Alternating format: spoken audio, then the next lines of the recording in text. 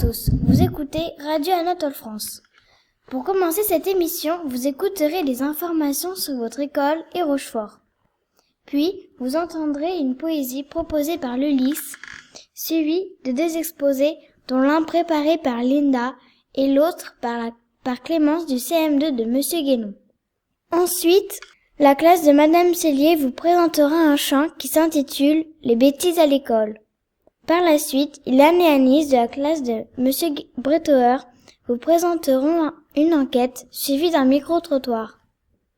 Ensuite, les élèves de la classe de Madame Driot vous chanteront un chant anglais. Avant le jeu du son, vous écouterez une interview sur Madame Gockman de l'association des amis de l'école Anatole France. Radio Anatole France, la radio de notre enfance. À toi Ryan pour les informations sur l'école. La classe de Monsieur Monnier fera un entraînement de triathlon avant de rencontrer d'autres classes dans une grande compétition à Rochefort. 50 mètres de natation, 800 mètres de course à pied et 2 km de vélo. De plus, les élèves font une co-animation sur l'eau. Ils ont visité la station de lagunage et l'usine de traitement d'eau de Saint-Hippolyte. Les élèves de Madame Petitjean et de Madame Cellier feront un atelier fabrication du pain au mois de mai. Le 2 mars, les CP ont assisté à une pièce de théâtre à la Coupe d'Or qui s'appelait La Reine-Mère. Tous les vendredis, les élèves de Monsieur Bretauer organisent une vente de gâteaux pour financer la classe de voile. Les élèves de l'Ulysse ont visité la station de lagunage. Écoutons un compte-rendu de leur visite. Mardi 8 mars, nous sommes allés à la station de lagunage de Rochefort avec Fabien. Il nous a prêté des jumelles en nous disant qu'il ne fallait pas s'en servir quand on marche, ni regarder le soleil avec. Nous avons observé avec le cygne tout blanc, avec un bec orange, plongeant pour aller chercher à manger au fond de la lagune. Le tatorne de Belon, ce gros canard qui ressemble à une petite oie, avec un plumage aux couleurs contrastées. Une oie trieuse, au plumage blanc et aux têtes noires et au bec et pattes orange. Le canard souchet, au joli plumage, blanc, noir, marron, vert, les yeux jaunes et au bec en spatule, qui lui permet de filtrer l'eau pour manger. La sarcelle d'hiver, ce petit canard avec sa tête très colorée, jaune, vert, noir, rousse. La Vossette, au plumage noir et blanc, dormant sur une longue patte, la tête posée sur le dos, on ne voyait pas son long bec fin retroussé. Le canard colvert, très répandu, très connu, la femelle est marron. Le mâle a une tête verte. Ou encore le grèbe qui n'arrêtait pas de plonger. Malheureusement, nous n'avons pas vu sa parade nuptiale. La foulque macroule, que l'on confond souvent avec la poule d'eau. La foulque a un bec blanc, la poule un bec rouge et jaune. La pie parvane au plumage blanc, noir ou rouge métallique. Mais aussi les chèvres et des boucs sur les berges des lagunes ainsi que des ragondins. Sans oublier de regarder les chevaux dans les marais. Ensuite Fabien, avec une épuisette, a pêché des petits animaux, des coryzes, des daphnies que l'on appelle du plancton, dont se nourrissent les canards. Merci Fabien.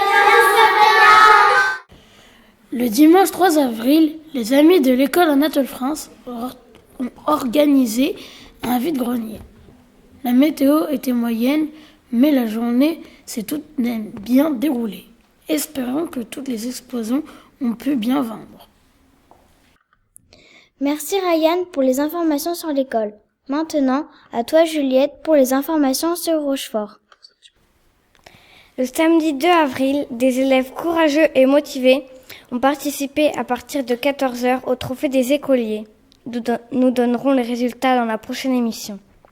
Du 6 février au 31 décembre 2016, une exposition nommée Face au vent se déroulera à la Corderie royale. Ainsi, vous aurez enfin la réponse à des questions du genre de qu'est-ce que le vent? Comment se forme-t-il? Comment le mesurer, l'exploiter, le dompter? Cette exposition sera ouverte tous les jours, sauf le 25 décembre. Vous pouvez vous renseigner sur le site de la Corderie royale. Les samedis 14 mai, 11 juin 2016 à 16h30, le musée de la Marine et la compagnie Laurentiel vous présentent Récits sur le Raz, sur le radeau de la Méduse, dans la cour du musée de la Marine. Laurence vous contera des histoires merveilleuses, entrée gratuite. Le CP de Madame Petitjean, le CE2 de Monsieur Braun et Madame Normand, ainsi que le CM2 de Monsieur Guénon et Madame Bironneau, ont participé à un concours d'animaux fantastiques, fabriqués à l'aide de produits recyclés, emballages, bouteilles et d'autres choses. Pour les animaux de petite taille, le numéro 3, Lily, a gagné avec 100 voix, soit 60% de réussite. Pour les animaux de moyenne taille, le numéro 5, Flamme, a gagné avec 78 voix, soit 46% des votants. Pour les animaux de grande taille, le numéro 17, Rosa, a gagné avec 52 voix, soit 31% des votes. Merci pour ces informations très intéressantes. À la classe de Lys pour une poésie. Bonjour. Comme un diable au fond de sa boîte, le bourgeon s'est tenu caché, mais dans sa prison trop étroite. Il bâille et voudrait respirer. Il entend des chants, des bruits d'ailes. Il a soif de grands souffles d'air. Il voudrait savoir les nouvelles et fait craquer son corps sévère. Puis d'un geste brusque, il déchire son habit étroit et trop court. Enfin se dit-il, je respire, je vis, je suis libre. Bonjour, Paul Géraldi. Bravo pour la poésie. Écoutons deux exposés préparés par Linda et Clémence. Il était une fois les bonbons et confiseries. Symbole de plaisir, partage, fête, les bonbons et confiseries ont accompagné l'histoire de notre pays depuis des siècles et font partie de notre patrimoine. Il y a 600 ans avant Jésus-Christ, les Perses avaient découvert le roseau qui donne du miel sans le secours des abeilles. Ils gardèrent jalousement ce secret jusqu'à ce qu'Alexandre le Grand, au IVe siècle avant Jésus-Christ, le rapporte avec lui en Égypte et que la culture du miel se répande alors progressivement, le long du bassin méditerranéen. Plus tard, au XIIe siècle, les croisés font découvrir à l'Europe la canne à sucre. C'est le début de la confiserie. Durant une longue période, le sucre, considéré comme un remède, un médicament au même titre que toutes les autres épices, est utilisé et vendu très cher par les apothicaires. Parallèlement, une confiserie de luxe apparaît avec les premiers fruits confits et les marmelades. Mais ce n'est qu'à la fin du XIVe siècle, alors que l'Europe organise son commerce de sucre, qu'un réel développement de la confiserie est possible. Création et nouvelles recettes apparaissent. Les fruits confits se développent à l'arrivée des papes en Avignon, alors que naissent dragées, nougats et pralines. Les confiseurs ouvrent des boutiques à Paris. Leurs magasins sont le rendez-vous de la riche bourgeoisie. Ce n'est qu'au XIXe siècle que le sucre se développe réellement grâce à l'apparition du sucre de betterave. C'est une véritable révolution. Et depuis, les confiseurs n'ont cessé de créer de nouveaux bonbons et nouvelles spécialités. Aujourd'hui, dans leur grande majorité, les bonbons sont fabriqués à partir de sucre et travaillés différemment selon le type de confiserie. Les volcans. Qu'est-ce qu'un volcan? Un volcan est un relief généralement en forme de cône formé à la surface de la Terre. Là où un point de sortie appelé cratère permet à du magma de s'échapper de l'intérieur du globe terrestre et de rejoindre la surface. On trouve des volcans sur les continents, mais aussi sous les océans. Les différents types de volcanisme. Les volcanismes effusifs, ils rejettent régulièrement des coulées de lave fluide. La lave est à environ 1200 degrés. Les volcanismes explosifs, Il rejette une lave épaisse, visqueuse et qui ne s'écoule pas, formant un bouchon sur le cratère. L'éruption pulvérise le sommet du volcan et déclenche des nuées ardentes. La lave est à environ de 300 degrés à 900 degrés. Merci pour ces exposés. Et maintenant, un chant présenté par la classe de Madame Cellier. Zoom, zoom, zoom, zoom, zoom, zoom, zoom, zoom, zoom. C'est à l'école, tagadagada, qu'on apprend les bêtises. C'est à l'école, tagadagada, qu'on apprend les bêtises.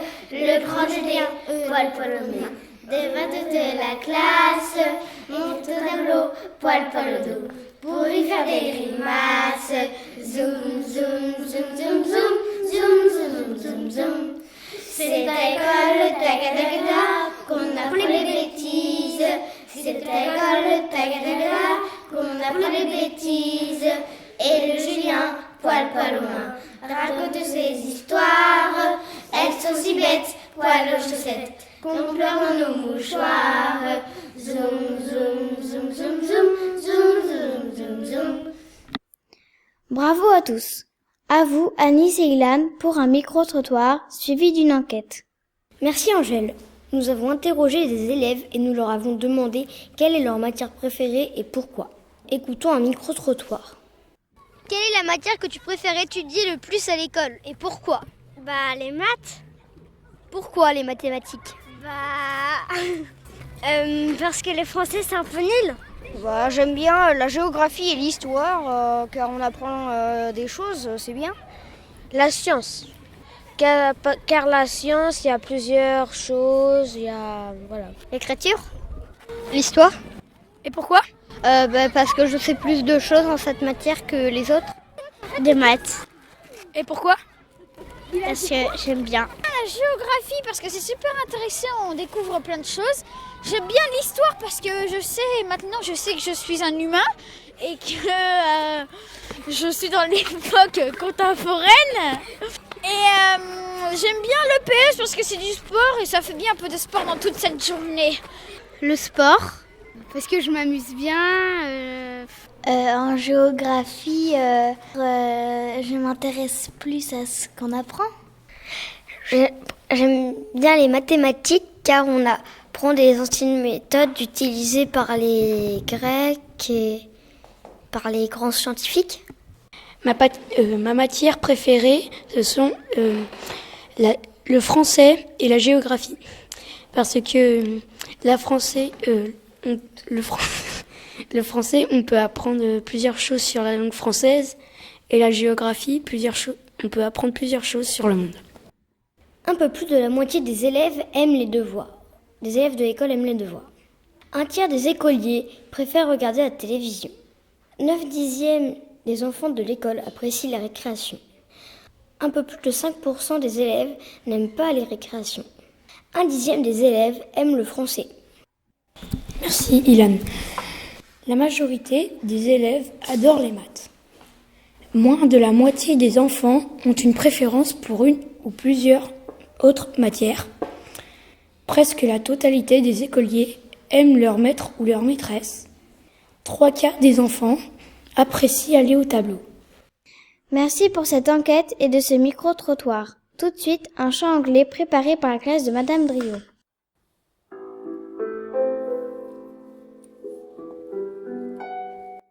Monday is cloudy. Monday is cloudy. Tuesday is cold. Tuesday is cold.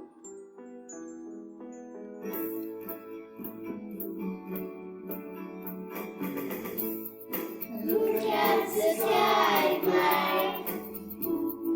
Look at the sky, Mike. How's the weather like? How's the weather like? Wednesday is windy. Wednesday is windy. Tuesday is hot. Tuesday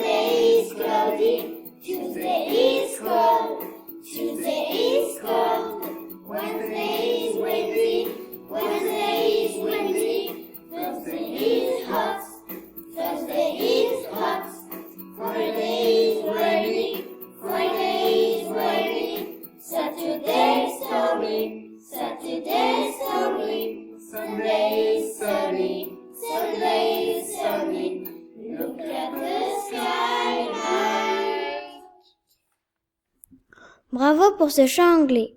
Maintenant, une interview. Alors, Raphaël, dis-nous qui tu as choisi d'interviewer pour cette émission. J'ai choisi d'interviewer Madame Gockman pour en savoir un peu plus sur l'association des amis de l'école Anatole France. Bonjour, nous souhaitons en savoir un peu plus sur l'association des amis de l'école Anatole France et pour savoir aussi en quoi consiste votre rôle. Donc la première question, pourquoi avez-vous choisi cette fonction ? Alors ma fonction déjà c'est d'être secrétaire au sein de l'association. Pourquoi cette fonction ? J'ai été secrétaire avant, donc c'était un choix un petit peu évident dans ce sens-là. Après le bureau il est composé de 5 personnes, il y a un président, un secrétaire adjoint, un trésorier et un trésorier adjoint. D'accord. Voilà. Donc la deuxième, pouvez-vous nous expliquer en quoi consiste votre rôle ? Donc ça, vous venez de le faire ? Pas complètement. Le rôle de secrétaire en soi, c'est d'assister aux réunions, d'établir des comptes rendus de ce qui se passe lors de la réunion pour le diffuser après aux membres de l'association. D'accord. Après, il y a un deuxième rôle qui s'applique à chacun dans le bureau, c'est de trouver des idées d'actions à mener pour l'école, pour essayer de trouver de l'argent, pour que l'argent serve à financer des actions au niveau de l'école. Et donc après à mener à bien ces projets-là. D'accord. Aimez-vous ce rôle ? Oui, j'aime bien. C'est convivial, c'est sympathique. Ça permet de se retrouver avec d'autres parents et puis de s'investir au niveau de l'école. D'accord. Est-ce difficile de... secrétaire ? Non, ça prend pas énormément de temps. Ce qui prend le plus de temps, c'est lors des actions qu'on mène. Il faut être un petit peu disponible, il y a de la préparation en amont. Mais l'équipe est très bonne et donc ça se fait très bien. D'accord. Est-ce que vous réunissez souvent avec les autres parents En moyenne, tous les 1 mois et demi à peu près.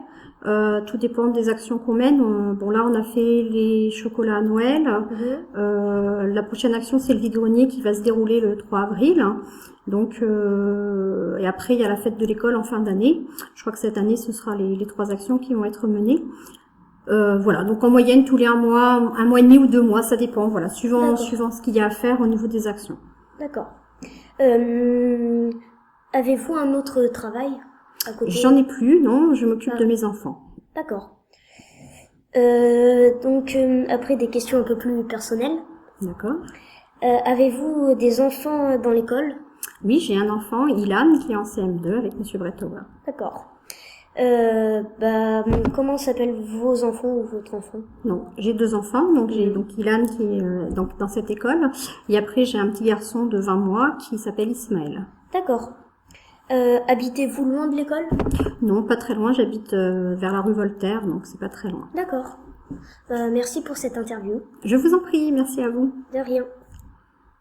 Merci pour cette interview. Heureusement qu'il y a des personnes bénévoles pour l'école. Et pour finir cette émission, un jeu du son. Le gagnant du jeu du son est Lalou Ewey de la classe de Madame Driot. Elle pourra aller chercher sa récompense dans la classe de Monsieur Bretower. Le son était le bourdonnement d'une guêpe et d'une mouche. Maintenant, écoutez bien le nouveau son.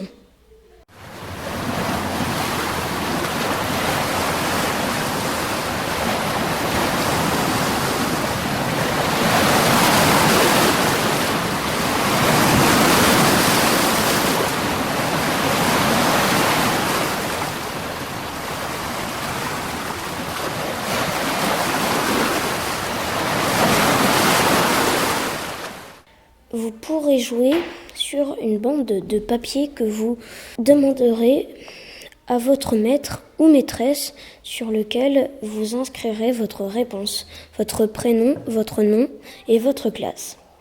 Puis, vous déposerez la bande dans la boîte radio qui se trouve devant le bureau du directeur. Voilà, cette émission est terminée. Elle a été préparée par Raphaël, Anis et Ilan pour les interviews et les enquêtes. Ryan et Juliette Charles pour les informations et Angèle pour la présentation. À bientôt sur Radio Anatole France. Radio Anatole France, la radio de notre enfance.